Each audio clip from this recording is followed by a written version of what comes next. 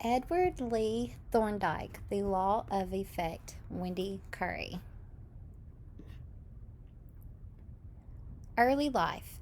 Edward Lee Thorndike was born August 31st, 1874, in Williamsburg, Massachusetts. He was the son of Edward R. and Abby B. Thorndike. His father was a Methodist minister in Lowell, Massachusetts. Edward had two brothers named Lynn and Ashley.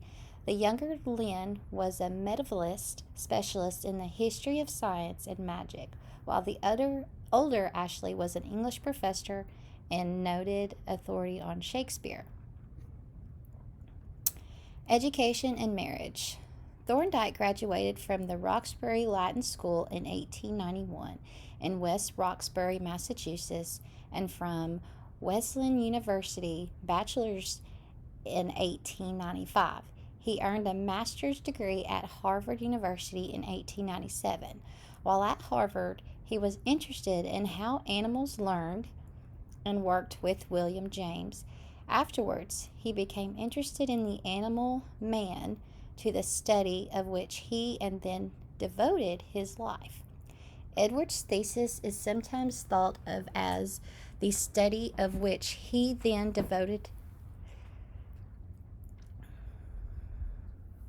sometimes thought of as the essential document of modern comparative psychology. Upon graduation, Thorndike returned to his initial interest, education and psychology.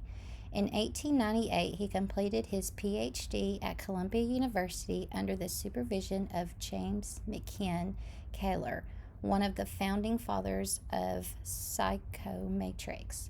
On August 29, 1900, he wed Elizabeth Moulton. They had 4 children, among them France, who became a mathematician. In 1899, after a year of unhappy initial employment at the College for Women of Case Western Reserve in Cleveland, Ohio, he became an instructor in psychology at Teachers College at Columbia University, where he remained for the rest of his career, studying human learning, education, and mental testing. In 1937, Thorndike became the second president of the Psychiatrical Society, following in the footsteps of Louis Lynn Thurston, who had established the society and its journal the previous year. His work on comprehensive and learning process led to the theory of connectionism and helped lay the scientific foundation for educational psychology. He also worked on solving industrial problems such as employee exams and testing. He was a member of the Board of Psychological Corporation and served as president of the American Psychological League in 1912.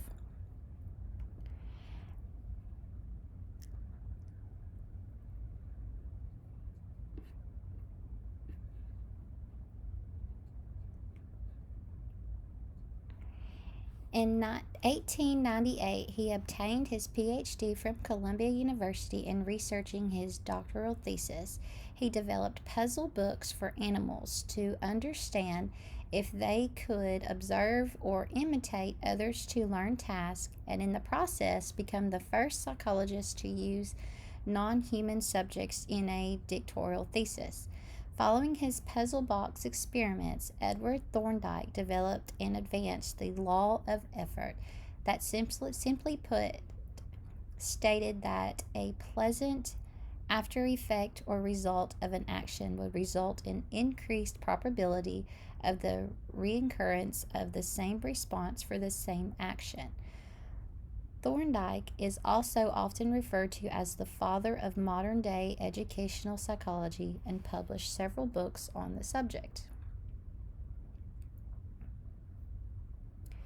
Who influenced Edward Thorndike? While such men as John Dewey and Robert M. Hutchins influenced the philosophy of education, Thorndike and those whom he inspired wrote reading and arithmetic books for pupils, school dictionaries, and spelling list tests, and pedagogical guidebooks and teachers' manuals. Life and death. Edward Lee Thorndike died August 9, 1949, in Montrose, New York. American psychologist whose work on animal behavior and the learning process led to the theory of connectionism, which states that behavioral responses to specific stimuli are established through a process of trial and error that affects neutral connections between the stimuli and the most significant responses.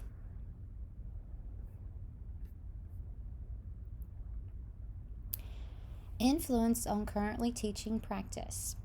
I think of some of the pioneers of education: Horace Mann, Marie Montrose, John Dewey, John Pingnut, Madeline Horton, Robert Knowles, Benjamin Bloom, Lev Vygotsky, Jerome Bernard, Jacqueline and Martin Brooks, and many, many others. I ponder their legacy of sacrifice and learning, and just as the pioneers pushing heavy loads forged steams and crossed mountains, the pioneers of education pushed education forward through mountains of criticism and skepticism.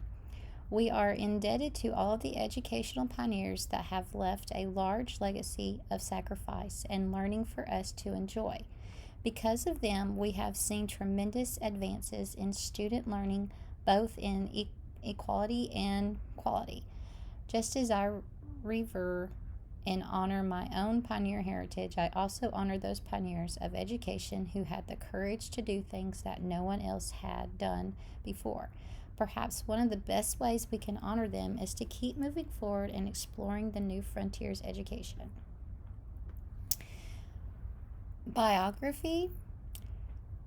https and wikipedia.org, www.simplypsychologically.org,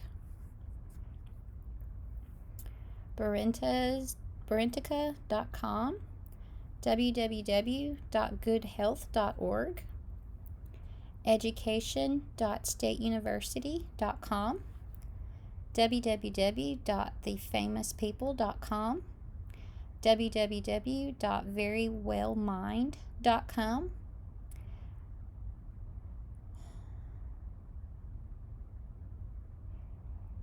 edutopia.org, flies.eric.ed, and www.educationpioneers.org.